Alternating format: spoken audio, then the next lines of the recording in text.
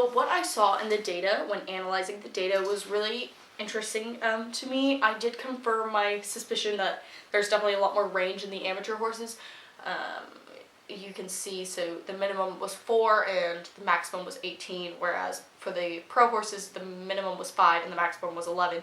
So from 12 to 6 was the range there, or 14 to 6 was the range there. You can see in that the much higher maximum for amateurs I think is something that's really important, because amateurs, and the girl who has the 18-year-old horse, she's on my team and she likes to play older horses just because they're more stable, they have a lot more experience for her, and she was telling me why she preferred that. So 18 is pretty high on the scale of how old your horse can be, which most pros definitely would not go for an 18-year-old, which you can see in the much lower maximum of 11.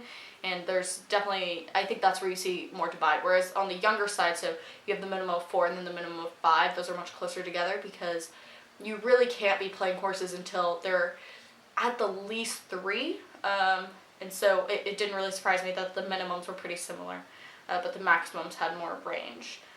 Also, I wasn't really surprised that there were no outliers, just because of the nature of horse ages.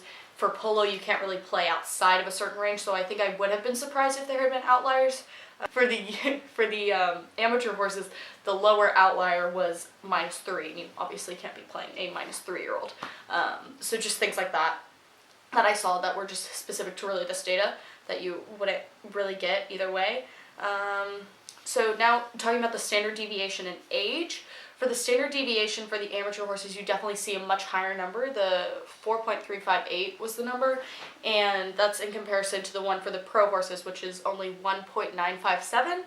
And I think that's just, again, showing the range of the amateur horses, and that you have a lot more flexibility, whereas the pros, they tend to stay in that that much smaller range, just so for the health of the horses, and so that they're better for their play and at that level.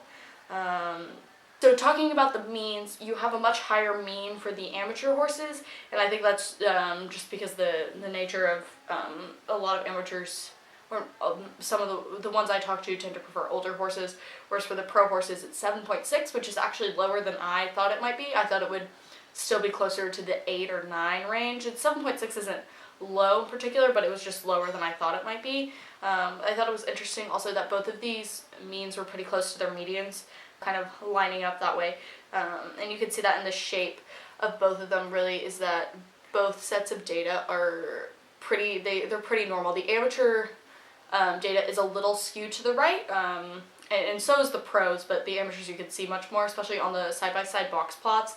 But still, despite that, you can see in the normal probability plots that they're both approximately normal. So for the conclusion, I think I was right about the range in amateur horses, but I was surprised at, like I mentioned earlier, at the youth of the pro ponies, that the ones I talked to did have younger horses than I thought they might. I thought they would be more on the higher end of the spectrum. Some sources of error I thought that might be seen in my data are that I did only talk to people at my polo club. I didn't reach out to people at different polo clubs across the country or even across the world, really, because that would have been quite the undertaking.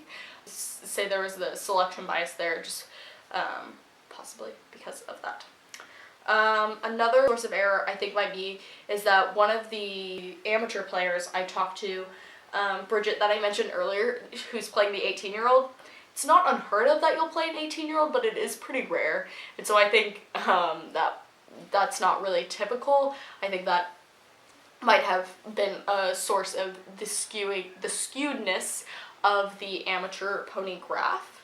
But I mean, overall I feel as if this data is pretty reflective of what I've seen in the community from not just people I've talked to, but throughout the community and people I have talked to in the past about like their horses and what pros prefer versus what amateurs prefer and the difference there. So I think this was really interesting to see, just have it all graphed out and collected and analyzing the data.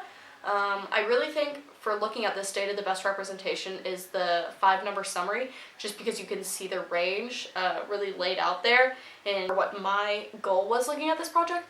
But I do feel as if the mean and the standard deviation could also be really helpful because the standard deviation, of course, also shows that range, and you can see the tendency towards younger horses in the pros with the mean. So I think that is all. I hope you learned something new about polo from this project, because I had a really great time doing it.